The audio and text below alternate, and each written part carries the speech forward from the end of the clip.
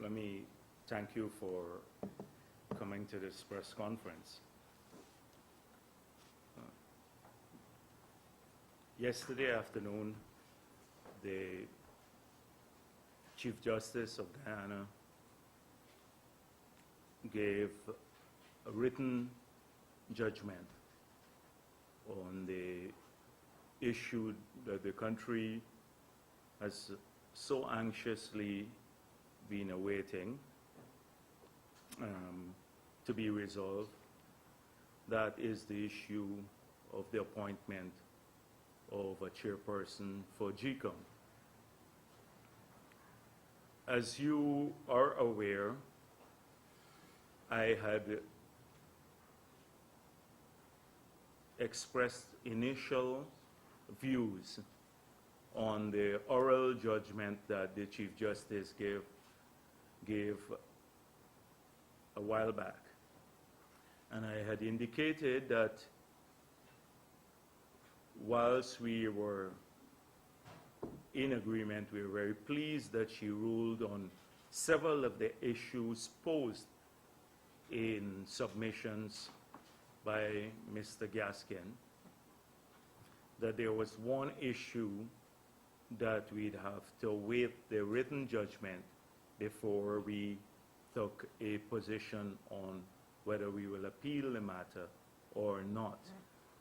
And that is the issue relating to the proviso. Now that we have the written judgment, I wish to once again point out the questions, and I'm sure that the media would have a copy of the judgment itself. And so there are several questions. I'm going to go directly to the conclusion of the written judgment. And there were several questions posed to the Chief Justice. So her ruling is as follows. Question A, whether the list of persons for appointment as chairman of the Elections Commission required to be submitted by the leader of the opposition under the said Article 161(2) must include a judge, a former judge, or a person qualified to be a judge. The answer to this question is hereby declared to be in the negative, no. So it's a ruling of the Chief Justice that the person who are persons submitted by the leader of the opposition do not have to be in any of these categories. Judges, former judges are eligible to be appointed judges. Secondly, under question B, whether the President is required under the Constitution to state reasons for deeming each of the 6 names on the list submitted by, and there is something here, the President, to the President as unacceptable. The answer is hereby declared to be in the positive, yes. So whether the President is required under the Constitution to state reasons for deeming each of the 6 names on the list submitted by the leader of the opposition. The answer is yes, he has to give reasons. C, whether the President is obliged to select a person from the 6 names on the list unless he is determined positively that the persons thereon are unacceptable as a fit and proper person for appointment. It is hereby declared that the answer is in the negative, no. Now, to better understand that, we should go to the page 27 of the judgment. And the Chief Justice disaggregated that question into two parts, C and D. Thus, the questions are at C, whether the president is obliged to select a person from the 6 names on the list unless he is determined positively that the persons thereon are acceptable as a fit and proper person for appointment. And D, whether a finding of fact by the president that any one or more persons is not a fit and proper person renders the entire list as unacceptable. The answer is in the negative. So even if the president finds individuals who are unacceptable on the list, it does not render the entire list unacceptable.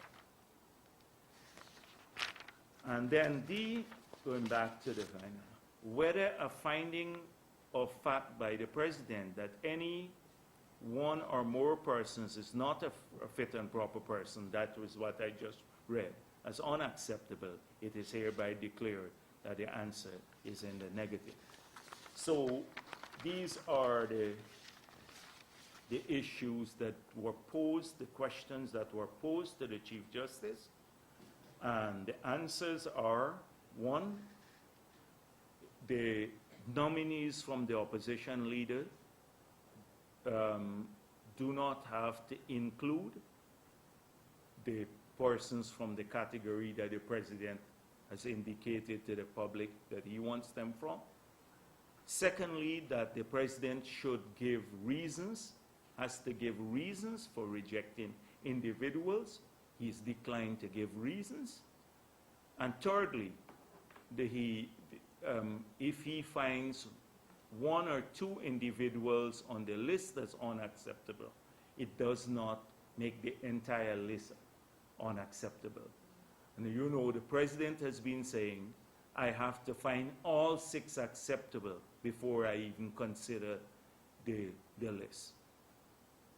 So, as it relates to the proviso, the Chief Justice pointed out on page 31 of the ruling, however, while the applicant has not applied for a determination of this issue, it was raised by the Bar Association in its brief, which was filed and served on all parties. It was submitted that the Constitution only contemplates the submission of 1 list. Neither the Attorney General nor the Leader of the Opposition sought to address this issue. So she goes on to say, it does appear to me that a failure to submit a list as provided for speaks to the provision of an acceptable list as discussed earlier. If by not choosing any of the persons listed, the president thereby finds the list unacceptable, the proviso to Article 161(2) would apply, and the president should then go on to appoint a judge, a former judge, or person who would qualify for the appointment as a judge in Guyana or the Commonwealth to the post of chairman of GCOM. But all of this is in effect academic, because more than 1 list has been sought and provided. So the Chief Justice is saying this matter came up tangentially through the brief from the Bar Association. Neither the Attorney General nor my lawyers sought to address the issue. It is her opinion that there should be 1 list, and if the president finds that list unacceptable, he can move on to appoint people of a judicial nature. She's saying, however, this is all academic now because other lists have been requested. So it seems as though even APNU's interpretation and ours coincide that more than 1 list is contemplated. Now, whether this would be challenged or not, although it may be academic now in the choice of this particular chairperson for GCOM, whether we would allow this to stand as a ruling, because if it does, then it, unless it's explored fully, it may influence in the future the choice of a chairperson for GCOM, assuming not this one, because she said it's academic. Now, other lists have been requested.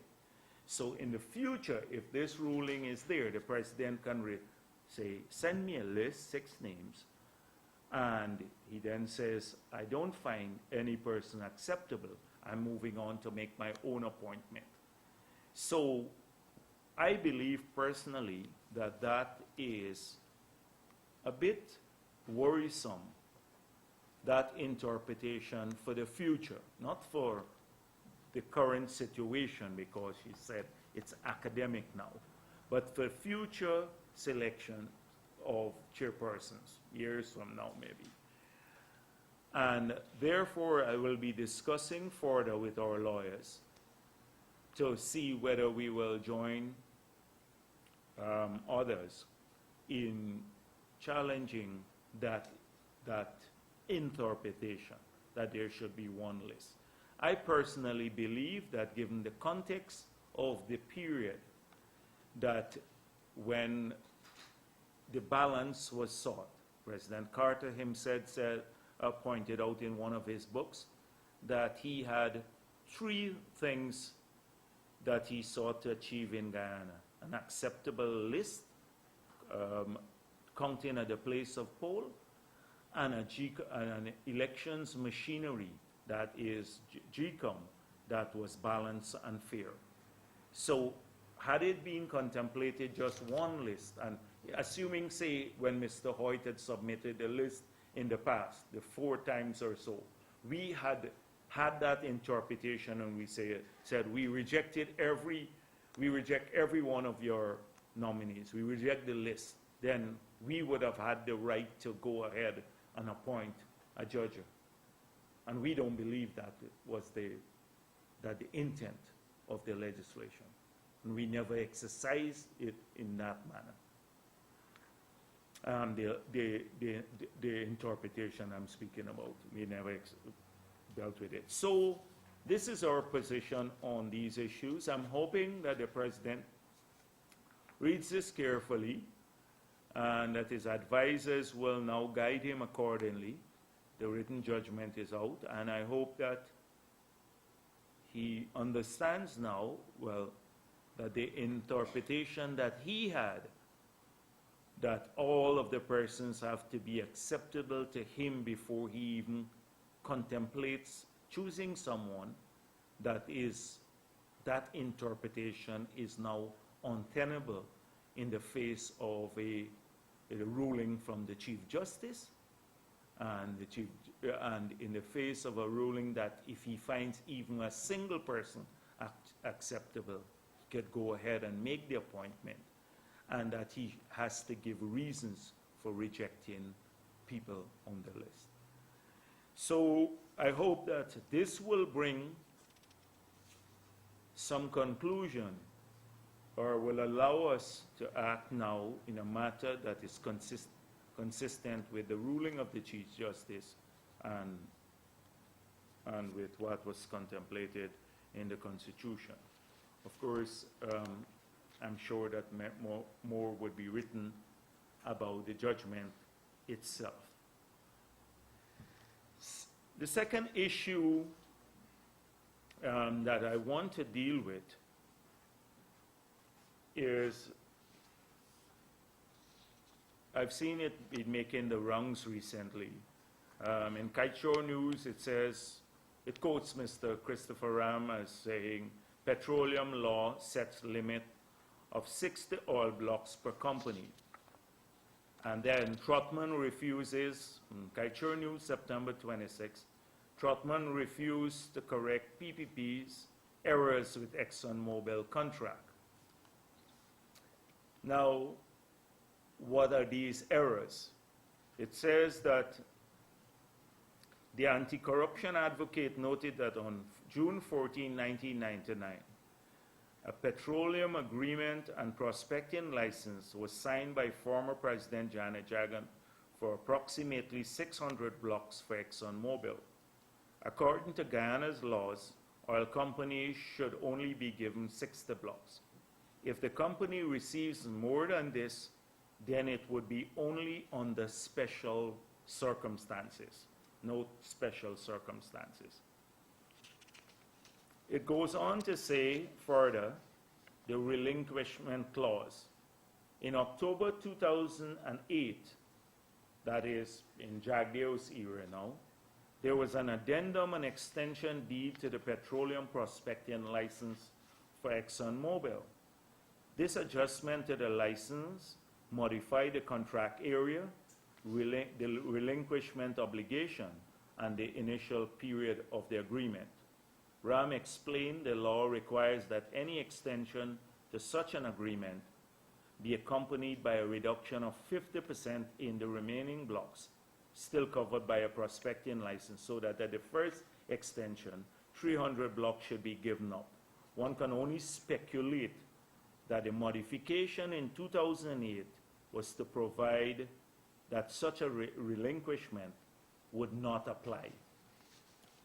Now, it is a fact that ExxonMobil was given about 600 blocks in 1999 by Janet Jagan. That's a fact.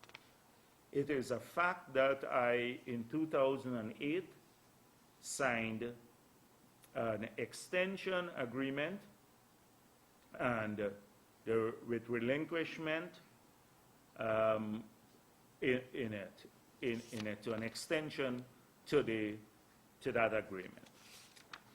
So Ram wanted to know, first of all, why the relinquishment obligation did not happen when I signed the extension. That is, the law says you have to give up. You get it for, the law says, first of all, the original agreement, you get it for 4.5 years. After that, you have to give up 50% of the blocks after the 4.5 years had expired. Then after you get the extension for 3 years, the first renewal for 3 years, and then after the 3 years had expired, you then have to reduce it further by another half. So it goes down, in this case, to like less than, it goes down.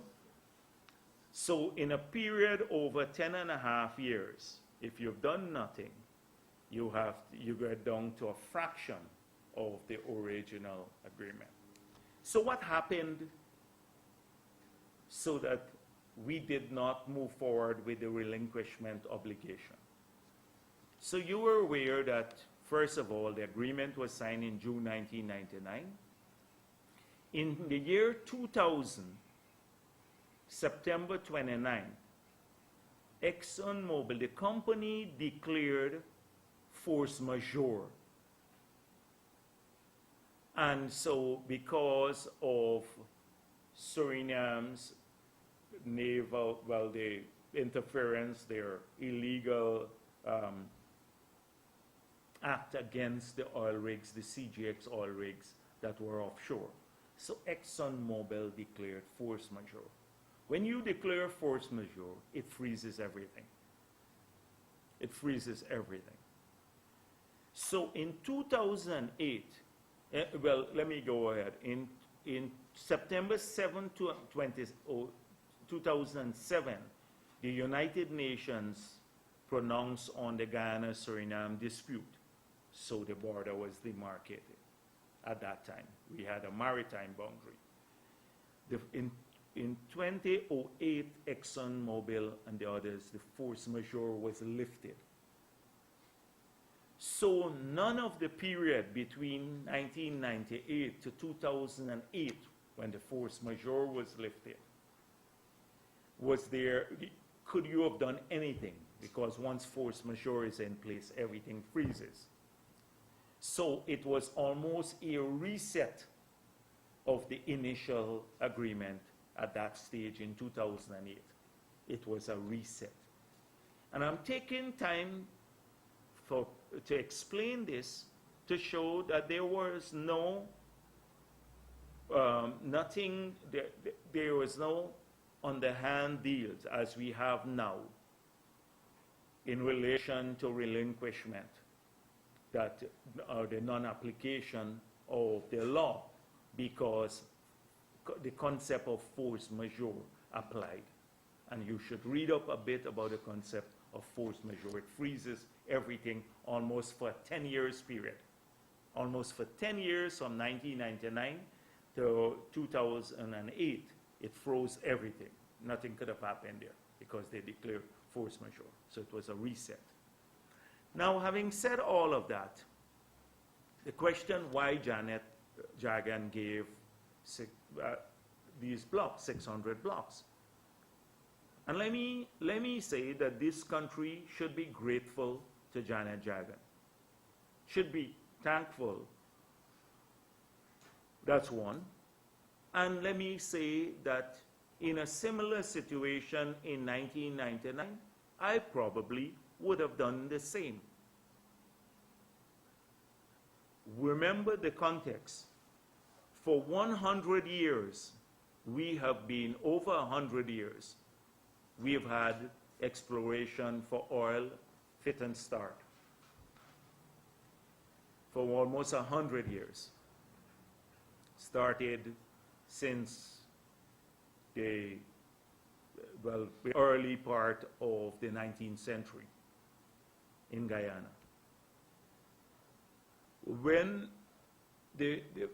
at that time when Janet gave this block out, we didn't have many takers.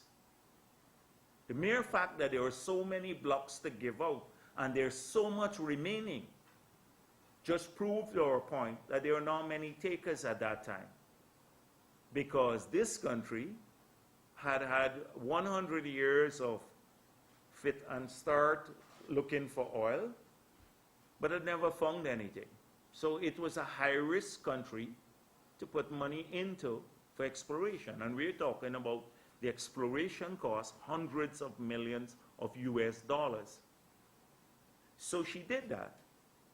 And I don't know what was in Janet's mind, because as the agreement said, they may have been extenuating, they can give larger blocks, the president or the minister can give larger blocks, depending on the special circumstances.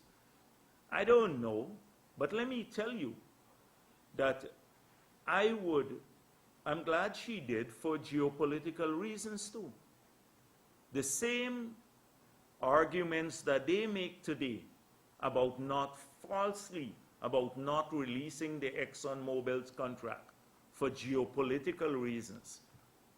But just imagine an American company offshore with a large area offshore in our maritime boundary, the same area that Venezuela is claiming. And it means that the United States of America recognize our sovereignty over that area. And that would be my thinking too. I would have done it for geopolitical reasons. But forget the geopolitics, and that's very vital. It was because of Janet giving that block out when there were no takers that today this government can boast about an oil and gas industry, because that led over years to the exploration, people putting in hundreds of millions of US dollars in drilling these wells, and they found oil, and now we are going to be an oil and gas producing country. So we have to be thankful that that was done there. Now, what changed after 2015? We, as their own advisor said, The country was de-risked.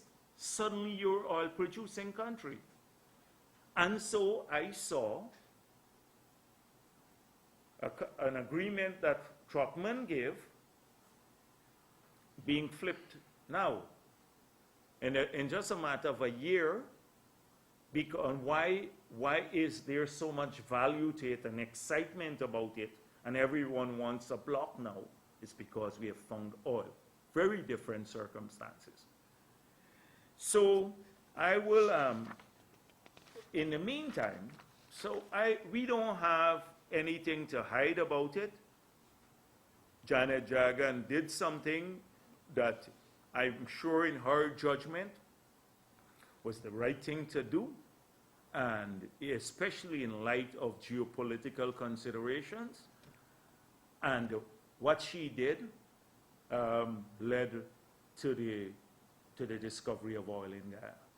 And I'm thankful that she did it. Yeah.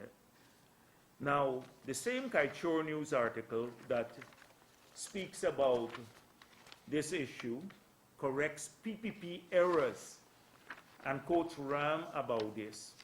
Doesn't quote Ram when he says the following things.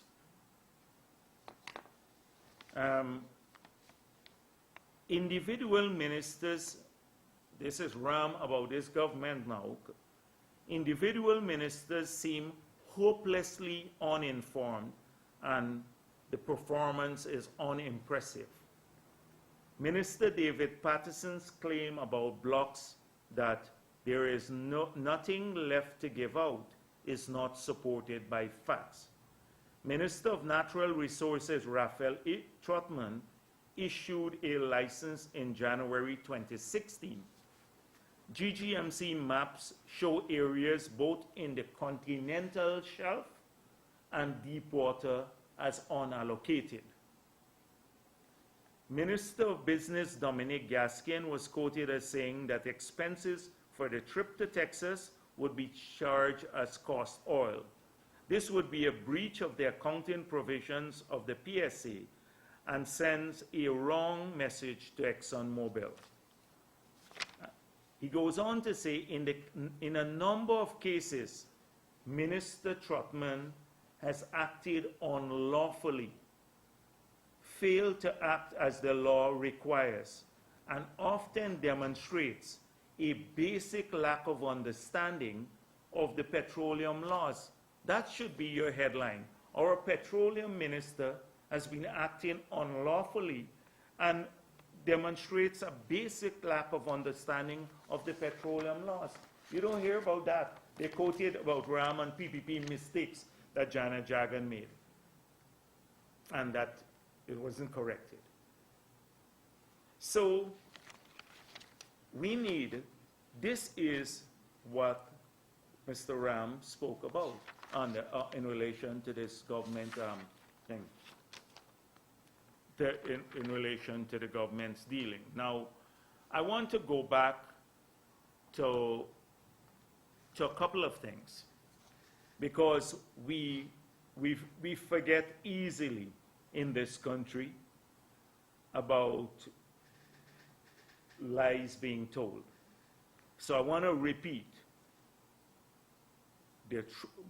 Lie number one, I'm going to talk about the petroleum sector. Lie number one, Jagdeo amended the Petroleum Act to prevent non-disclosure of the ExxonMobil contract. Trotman said that I did it in 1997. Dominic Gaskin said I did it in 2008. Ramjatan said I did it in 2011. All wrong. They can't even get their dates coordinated. It never happened. It never happened. So it was a lie. But what happened? Have we forgotten that? So we let them get a pass because they were using that as the reason for non-disclosure. Now that that has been proven wrong, a lie, would the media not go back to them and say, that was your excuse for not releasing the contract? What is the new excuse you have? If you were saying all along it was Jagdeo caused you not to do this, and we've proven it a lie. Everyone knows it's a lie now because they never amended the law. What is your new excuse for not releasing the contract? So that's the first one. We just went through Patterson, September 15, Jagdeo gave out all the oil blocks, nothing left. Ramjatan supported him with his Maro, the usual thing. So we just heard from Christopher Ram that GGMC maps, and the maps were February 27, proved that as a lie. Then Harman chose his support on September 22nd behind Patterson, and this is what Harman says. Joseph Harman said that when Patterson made the statement, he was referring to offshore oil blocks. But Minister Patterson did not specify. Harman said that Patterson, who shares responsibility for the energy sector. So I'm wondering what is Patterson's role in the energy sector now. He shares responsibility. Is quite capable of explaining himself on the matter. When Minister Patterson speaks as a minister of the government, he speaks on behalf of the coalition government. And I'm sure that Minister Patterson is quite aware of his statements he made with respect to the offshore concessions. And I don't know where the leader of the opposition seems to have some kind of confusion about it. He knows full well what Patterson is talking about. Well, Harman, I'm not confused, and I don't know what Patterson is talking about. I don't. And it's another lie that he was talking only about offshore blocks not being available. Because as Mr. Ram pointed out, and as the GGMC map shows, the maps show, you have both offshore blocks in both deep sea and on the continental shelf. So that's another lie. But in all of this, in all of the face of all of these to and froing and the lies, remember we lose sight once again of what the issue was.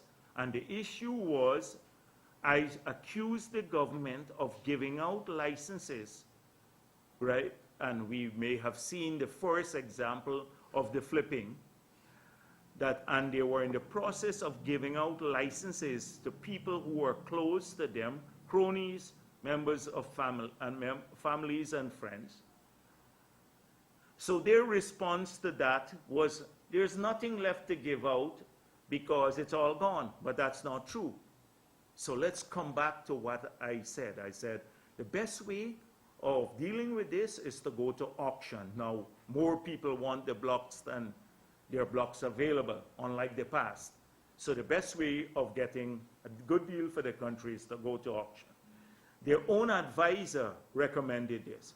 What is the government's position? So we come back to the core issue, because the lies overshadow the core issues, and they get a free pass on the core issue. The core issue is, are they going to do what we recommend, or what their own advisor on petroleum recommended? Are they going to do it? Are they going to go through a transparent process? So this is all obfuscation. So that's on this bunch of lies that they told in that regard. On the bridge itself, you'd recall I accused them again of not making all the information available. This was done on September 13th, about telling us why the bridge is ending on Stanley Ming's land. Up to now, there is silence on that. Total silence on why the bridge had to take a turn to end up in that location. So, silence on that. I said we didn't have the feasibility study at that time. We didn't have the environmental impact assessment of the bridge. And we didn't know how much money the government would guarantee, etc. So Patterson then responded on September 15th. I did that on the 13th, and he said, PPP spent $103 million on the pre-feasibility study, and the PPP selected this location.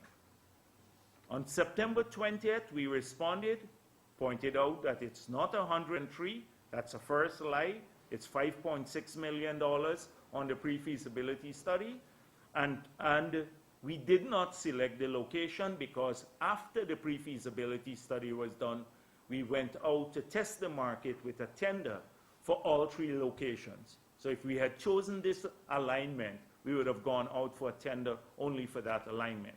In fact, our preferred option, if up to now, is a high bridge at the existing location. A high bridge at the existing location, fixed structure, no opening. That's our preferred option.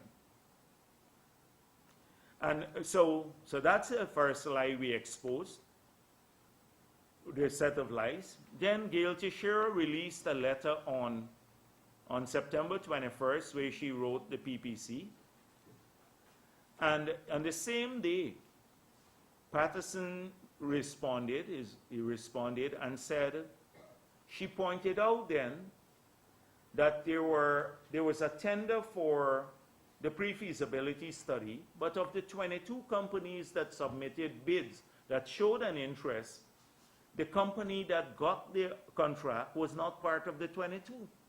And that had gone quiet. Nobody expected that. We didn't even notice it. And then the ministry, horribly the same day, said the 22 were not really qualified. We had to get this company, we found out about this company from somebody else who had come to Guyana, and we negotiated and we sole sourced from them a contract for $100 and something million for feasibility study, and it's funded by the IDB. Another lie. So when that was exposed, 25th, it was exposed again that the IDB had nothing to do with the contract.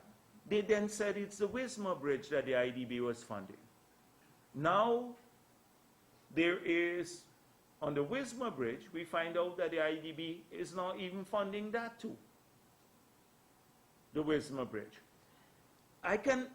It is a chronicle of lies, and they still need to explain how the tenders opened for Wismar Bridge since 30th of September 2016, and 3 companies tendered for the feasibility study. Look at the 3 companies here, reported in, I think, even the Starbuck News. How come from November 30th, 2016 to now they have not awarded this contract for the Wismar Bridge? Look at the tender here, out, and it's open and 3 companies tendered. So we don't silence on this now. So that's one.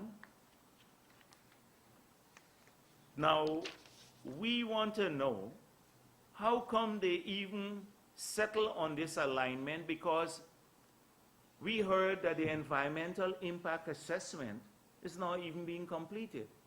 So we'd like to get a copy of the environmental impact assessment studying the 3 sites, because you can't complete a feasibility study, even if it's technically feasible or it is financially feasible, which this bridge is not.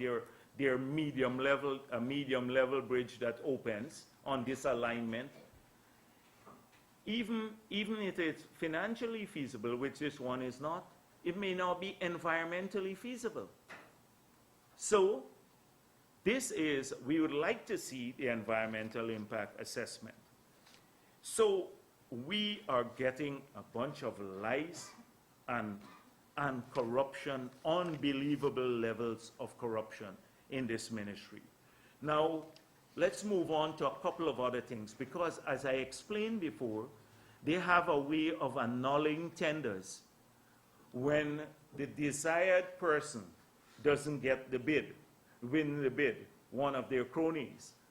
So we have pointed out how they did this on the Sheriff Street project, on the water treatment plants, at GPL. Now, the vehicle overpass at Diamond, it was tendered in January of this year, January 11th open. and you had about 7 companies that submitted bids. Now we are hearing that they can't proceed with this anymore. Obviously, none of the companies suited them.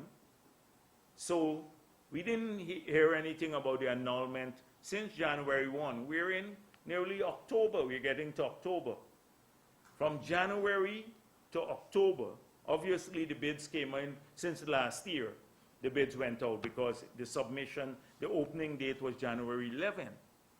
Now we are hearing that they discovered that the PPP sold off the reserve to some man. Well, we know about this reserve story. It never went to the privatization unit, nor did it go to the land committee of Gaisuko. It was done by a staff member, and we had a full investigation even in the PPP time, which could be accessed from Gaisuko easily. That was not done through the privatization unit, selling the reserve. But assuming it's so, why did you not check that before you went out to tender, whether you had the land available? And secondly, what's wrong with acquiring the land now? You're acquiring land to do all of these other things, the bridge. What's wrong with acquiring it back? And so this is another excuse for annulling that tender. Now, I want to show you the same project. They had East Bank Demerara on the same day. The East Bank Demerara pedestrian overhead crossing was opened, and you had a long list of people here. Now I'm going to share out to you some of you're going to get this information, you can share it out. So you will see later, I'm going to give you, but you will see here that on the pedestrian one, that the bidders received here on the March 20th, 2017, a notification that the contract had been awarded. This serves to notify you, to all the bidders, that a contract has been awarded to B&J Civil Works to the tune of $1 million, 1 point something million. Then on March 23rd, a letter to the same bidders to say reference is made to our letter dated 22nd of February 2017, inviting you to bid for the caption works, the same works. We regret to inform you that a decision has been taken by the executing agency to annul this bid process. They annul the bid process after they award the contract. And you will get copies of this. This is the pedestrian ones now. Pedestrian thing. So, another set of corruption in the same ministry. I will also share with you the prison, Camp Street Prison Emergency Works. So here is something to the shortlisted contractors sent July 25th, 2017. Your company has been shortlisted among the following contractors to bid for caption works, as indicated by Appendix 1 attached. 20 companies were listed. You are required to respond in writing to our office or email whatever before Friday, July 28, 2017 at 15 hours. You're required to do that. The next day, they received the email, the bidders, dear prospective bidders, reference is made to the caption project and the scheduled site visit for 1300 hours today. The site visit has been rescheduled for 1400 hours tomorrow, Friday, 2017 at the proposed project site. Then July 28th, dear prospective bidder, reference is made to our invitation for bids dated July 25th. The ministry regrets to inform you that a decision has been taken by the executing agency to annul the bid process once again. Annul it again. So who got the contract? They went out to people, called them for a site visit, 3 days later annulled it for Camp Street. So we have to find out who got the Camp Street work and how they got it. That's another violation of the bid process. The roundabout that they're building, hundreds of millions of dollars. We didn't see that publicly tendered, the roundabout there. So it would be interesting for you to find out what is precisely going on with the roundabout and who got the bid and well, not bid, who got the work and how much it costs. Now I think I can demonstrate to you that on everything, this ministry has a track record, and I'm giving evidence of it. We have shown several bids now. I'm not just talking off the top of my head accusing them. You have at least 10 cases of tampering with the bidding process, at least 10 cases before you now. And we don't, the government is just silent on it. I just pick these up randomly. We get stacks of documents. And I wish to thank all of those people, the public servants and others who've been sending us information. I wish to thank them sincerely we understand that many of you are dissatisfied, unhappy with what's going on, the daily breaches, and that many of you may be implicated in the future, but we understand your position.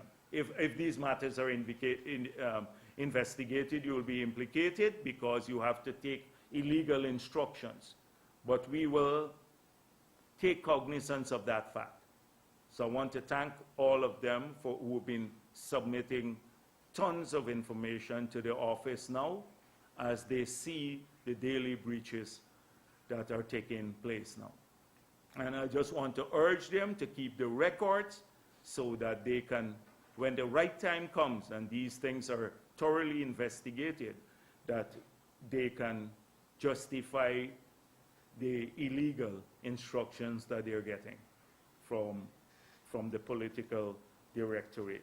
Now, the ministry is all into fluff and spending money in an unacceptable way. So we heard last year in this year's budget that they are moving to start paving the road to Mabura from Linden, and Kurupukari crossing would be built.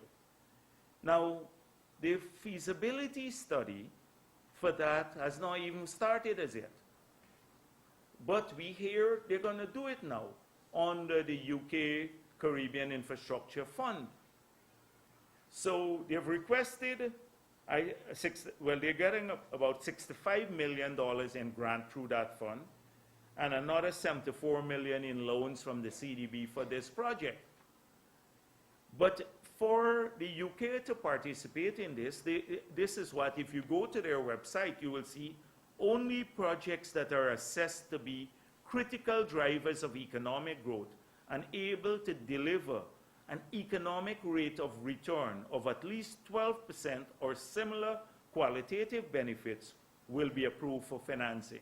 So what if this feasibility study that will start maybe next year, so people think the work is starting, finds that these projects don't have an economic rate of return of 12%, then it's not going to happen. It's not going to happen. And so the fund purpose was to, among other things, create 10,000 new jobs, 50% for women. How are those projects going to meet those objectives in Guyana?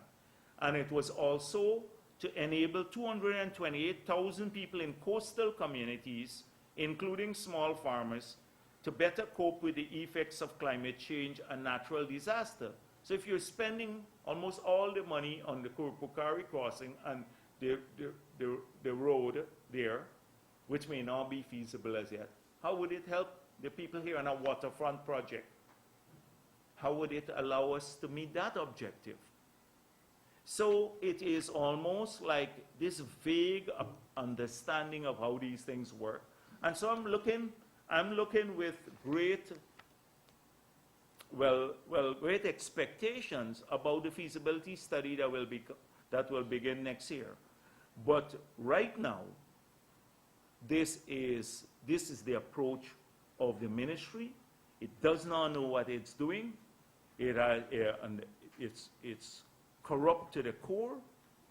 It's corrupt to the core. And in these circumstances, let me make it clear that anything to do with underhand dealing with this bridge, because we heard that they already have people lined up. That's why on a bridge of this nature, which normally takes 6 months to get a tender in and to work on it, they've given a 1-month tender, 1-month period. You can't even put together a bid to build a tiny road for a month, a proper bid. And a bridge that may cost us $200 million, you get a 1 month to put in your tender. So we're now obligated, anybody who participates in that, we're now obligated to honor agreements once it's a corrupt process. The next thing I want to talk about is our president is on his usual sojourn abroad. And I saw the speech at the UN and everything else about the good life that he wants to give us in Guyana. He mentioned the good life. He wants to take this good life to the rest of the world. Never mind, we're struggling like hell here. And so he speaks about, Guyana has the resources and the doors are open to business, to investment.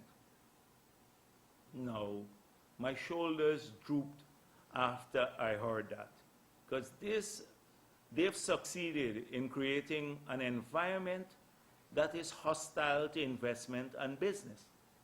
And I don't know if the president doesn't understand that at some time his policies, the policies of his government, have to match the rhetoric of his speeches. And so he goes on, we don't want to export raw lumber. And we want to export the best furniture in South America. And get what he does. You put the value-added tax on plywood, on processed lumber. He puts a tax on a value-added in the budget, the VAT, 14% tax on value-added activities in the forestry sector, and then claims he doesn't want to export lumber anymore. We don't want to export raw gold. We don't want people smuggling our gold.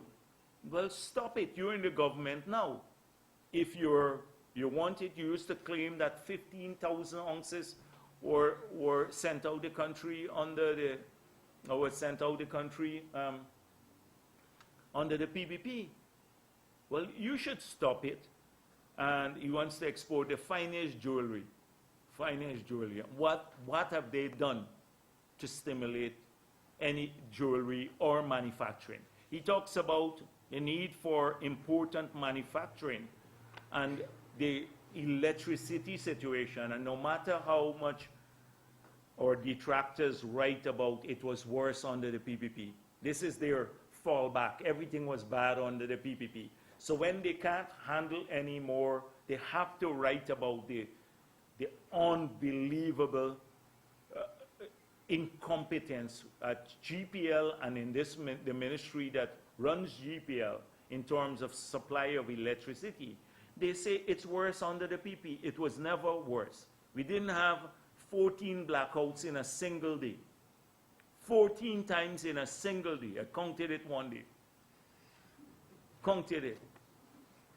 In a single day. It's unbelievable. And then they go back and say, oh, it was worse under the PP. That's nonsense. It's not true. But our detractors always say this, you know. So how could you have manufacturing and doing that? And by the way, people who run air conditioning and stuff like that, the businesses, the GPL is ripping them off. Because every time you have a blackout and the unit goes the unit goes off. For it to start back, your power soars, the power consumption soars. So if you have that, imagine 14 times a day, your air conditioning just coming on and going off. Your power bill will increase exponentially. Because that is not your fault, but at the end of the month, you will see it. Because you're using more power to start these things. And then he says, you belong to the promised land. This is the president now. This speech he made about 8 years ago, when he was not president. Now, I see the Gaskin to the president's son-in-law saying the same things. They have no clue about what's going on in the real economy. At some other time, we'll talk about that. And then I'll deal with one final issue. I see recently that once again, we have a few people, we're never going to change them. The Phillips and the Hines and the Lincoln Lewis, they make a living off of representing Afro-Guyanese cause, representing in inverted commas. Because I believe in their hearts they don't care a damn about people. They make a business, a profession of it. And their biggest nightmare is that the PPP becomes a party that looks like Guyana. Their biggest nightmare is that people, more Afro-Guyanese, will join the PPP. That's their biggest nightmare for this government and for those people, because they lose the reason for their existence. That is to complain all the time. They make a living, they write papers, they write columns, etc. So Lincoln Lewis, in his latest iteration, said Bharrat Jagdeo once publicly made known in his Chronicle column, the PPP is a Kuli people party. That's what it says. Now we've had this Kuli thing generating some controversy elsewhere, the name. But it's an absolute untruth. Never have I said this. But this is once again to polarize people. I have been on our platforms. I've been at the Congress, in press conferences, everywhere, acknowledging that historically, most of the support of the PPP came from Indo-Guyanese and now Amerindians. I said that we have to correct this. We have to make sure that the party works hard in Afro-Guyanese areas to bring more people, to get rid of the suspicion that has been deliberately fomented by people of this nature. And I've said it openly over and over again. I've said it to our party quietly at the grassroots level and publicly. But this here is once again to assist the government in polarizing people. And then he repeats once again, which I've dealt with, about the 400 people who were killed in the period. And I have the list here, and we're going to publish this list to show how many were policemen, how many were bandits, how many were ordinary citizens in their home. I was talking to one of our members of parliament, and he said he knows somebody here who got shot and killed at home on this list from electricity, but it was part of the list for extrajudicial killing that APNU put forward. So this list, again, it's a red herring. It is for them to keep saying in these communities that, the PPP is racist, and look what they did. They killed all young Afro-Guyanese kids. And so it's not just coming from the government, it is from these apologists, the people who made this their profession. But one day ask them, as the same ones, when this government took away the land from 41 Afro-Guyanese families, whether they were there. Eric Phillips didn't show up, or Lincoln Lewis, or the others. In fact, he's claiming a whole village now. He's saying the whole village belongs to him because of some documents he has in the past. So I'm not going to respond in great detail to them, but this was the same Lincoln Lewis who accused us. Go back and read what he said, that we took, and Sam Hines had to take him on, that we took the power line from Linden and carried it to Berbice, and that we took the steam power plant and fetched it away to Berbice. It was racial coding, that we took it from an Afro-Guyanese area and took it to Berbice. All lies. And I guess he will never forgive me, because when we were merging Burmine with ABC, after they told the workers not to take anything, that it was black gold here in the bauxite industry, and when Alcoa decided to walk away, they were left with nothing, the possibility of losing all the jobs. And you know what the workers, 99.9% of those workers were Afro-Guyanese.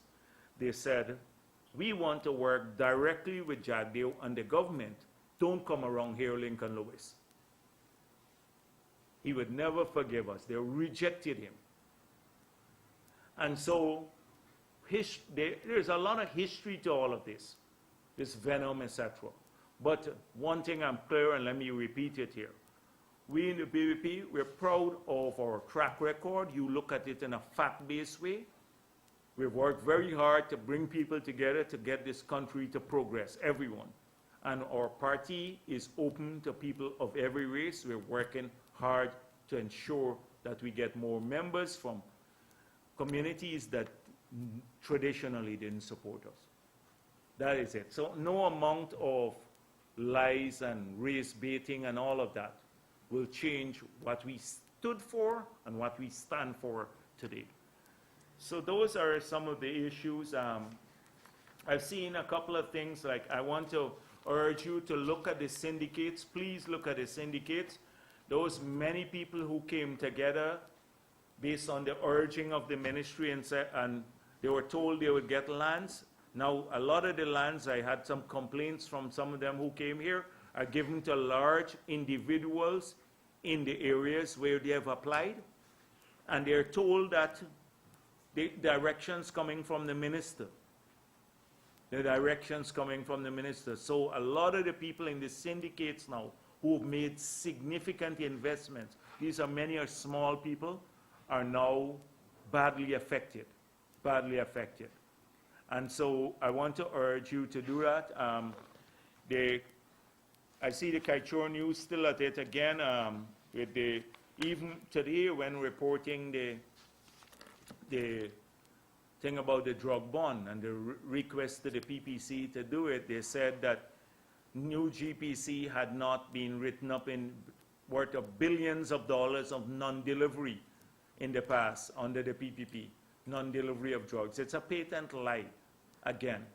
And I suspect the editor put that in because it's the last two lines in the article, might have written that in himself.